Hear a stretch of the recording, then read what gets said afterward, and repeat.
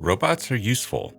They have increasingly found their place in industry, but also form the absolute backbone of space exploration. Humans have been to space, and we've walked on the moon, but our robots have been to every planet in the solar system, either passing by them, orbiting them, or landing on their surfaces. We've even gone so far as to use Jupiter and Saturn to dispose of our spent robots, deorbiting missions like Cassini to fall into the gas giants to prevent them from eventually crashing into the interesting moons of those worlds and potentially contaminating them with things like Earth microbes. Humans are even more useful, at least right now. We can do far more than execute commands, and our presence in space is absolutely essential for complex tasks. Take the moon. Humans have sent probes, but those probes were limited. A probe with a camera is no substitute for a human astronaut, composing shots and driving around the surface of the moon looking for scientifically interesting features. But we live in a very different world from the 1960s and 70s. We now have massive amounts of information literally at our fingertips, and our robots, at least at a somewhat rudimentary level, can now learn on their own. This is machine learning and is already used extensively in science to comb through the mountains of data we collect these days. And there's no sign that this march towards an increasingly automated society is going to change. But it will bring fundamental changes, as all technologies do. Imagine a world before tractors and agricultural equipment doing much of the work of the farmer, where everything had to be done by hand with the help of a team of horses. This was an age where a crop failure could be deadly to millions, and the amount of labor needed to keep it all going was enormous. So that led to the rise of the agricultural machines and the desire to make crop yields ever more efficient. That same concept is still in play today. Factories continue to try to automate everything they can, and the human becomes not the means of production, but the means of maintenance of the machines doing the production. While that can and does save cost, it also requires less humans, and at some point, technological unemployment can create an environment where industry automates itself out of its own market, because not enough people can buy the product. Imagine what a world like that would look like. But ultimately, it's about choices, and we can simply manage things better and avoid such pitfalls. But that's not where the machine question ends. It also affects ourselves. Many of us, including myself, are benefiting from pharmaceuticals. These are often completely synthetic molecules designed to prolong life. But it's also easy to envision artificial organs, or those grown from cells, to also prolong life. We've had artificial hearts, for example, for decades. We are already becoming technological beings. But the coming decades seem likely to see the extension of our marriage of biology with technology. One can envision from our current experiments at interfacing the brain to a computer a day where one does not go to college but gets a PhD chip implanted and is studying advanced astrophysics inside of a week. Or a day where prosthetics used to replace lost limbs outperform the original limb. Or brain augmentation that not only gives you an instant education, but improves your cognitive abilities and reasoning. This is known as superintelligence, and it's not just something we might do, but it's also something we might give our machines. Or worse, our machines might give it to themselves, and then use it to outthink and subvert us. This is where a line is drawn that we can already see in the animal kingdom. We may recognize some behaviors and even communications from some of the animals. The gorillas are a good example. While they sometimes do unpredictable things for their own reasons, they also do some very familiar things and are capable of things like empathy and emotion. But compare that to a shark, which for the most part is a self-replicating eating machine. I must note here that I like and respect sharks, but I'm only saying that in the event I'm playing parkour shuffleboard on a cruise ship and end up in the drink. But this brings up an interesting model of a universe filled with alien civilizations. What if it's like the ocean? Call it the Oceanic Universe model, where all civilizations are radically different, and some are mostly nice, like dolphins, at least if you're intelligent, and some are sharks, and there really isn't any kind of universal commonality between intelligences.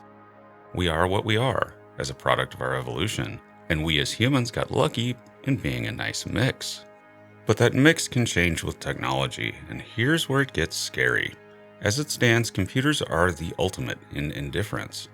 They are utterly mathematical and do not have the biological sensibilities that humans do.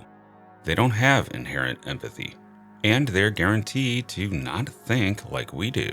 There are signs of this already, where game-playing computers sometimes invoke strategies that no human ever thought of, and they even cheat. After all, cheating is a means to a desired end, every bit as legitimate as fair play. As long as it accomplishes the task, it's fair game. The universe and computers have no concept of cheating. It's entirely a human construct. Now, if it's a computer running a program, you can build such things in. But if it's a computer learning and self-improving itself through advanced machine learning, then it may discard that. This is the inherent unpredictability of advanced machines, and possibly a reason we might choose to never develop them. Things like nuclear weapons are something we control. We can choose not to unleash them. But it's conceivable that we may not have that power if we ever build the wrong advanced machine. We could never guarantee that we'd know its motives, and we could never predict its actions. And that paints a rather grim scenario for the universe at large. There is some thinking in SETI that it's more likely that the first SETI message we receive will be from a machine rather than a biological entity. The reason for this is partly because we are so close to becoming a machine civilization ourselves. It's not hard to imagine that in, say, 300 years, we might be fully integrated with our machines, and it's possible by that time that we will have no biological component at all. Instead of making a thinking machine, we become thinking machines and transcend our biology and cease to be Homo sapiens. If this is how technology almost invariably goes in the universe, then we live in a machine universe. In fact, it would be one that becomes increasingly machine as time goes on, as more civilizations appear and transcend, and very few go extinct. This is because machines are also going to see existence differently than we do. We die, and we cannot back ourselves up on a hard drive. Computers can, so it seems reasonable to expect extreme longevity for machine civilizations. That's making a big assumption, however. They may also have a longevity of only a millisecond. It all depends on what a machine sees as desirable. If a machine intelligence comes into existence, calculates what the universe is in a millisecond, and then decides there's no point to any of it and shuts itself down, then that too could be the order of the universe. All civilizations commit suicide upon converting themselves to machine civilizations. But its motive could also be indefinite survival at all costs. And this leads to a very bad scenario in the far future. Our universe has trillions of years to live before it starts going dark, and resources and energy start to become scarce. This could coincide with a time where alien machine civilizations reach either their peak number or a very high number, exceeding any other period. But this would also be a period of maximum isolation due to the expansion of the universe. If faster-than-light travel proves to be impossible, then relativistic travel may be the only way to interact with other civilizations. Why would one machine civilization choose to contact another at the end of the universe? To steal its resources, leading to a Mad Max-like universe of warfare over drastic relativistic timescales. If faster-than-light travel proves possible, this only gets worse. Machine civilizations warping around the universe using Alcubierre drives to maraud and defeat lesser civilizations could be envisioned as how life in the universe may go extinct on a wholesale basis. Eventually, there would be only one civilization left, or practically so, simply using whatever resources it could scrounge until it finally must turn off the light and leave the room. But it's also worth noting that we don't know everything about the universe. It may be possible to determine what caused our universe and then repeat it, and this sets us up for some wild science fiction scenarios that perhaps lie within the realm of plausibility. The end of the universe could become a situation of advanced machine civilizations simply creating new universes in which to continue to live. Maybe the last project any civilization that survived that long does is create a new universe. If those civilizations were once biological and had incorporated altruism and empathy into their machine makeup, they might also wander the universe as best they can, looking for others to rescue and take to the new universe.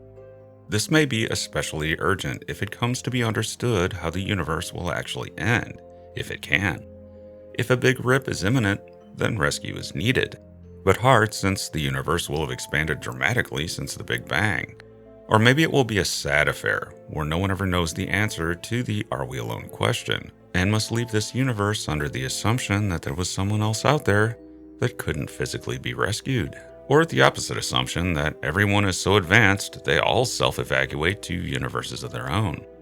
And it may also be possible that no civilizations are ever aware of each other at all because they don't slow their computation down enough to even look.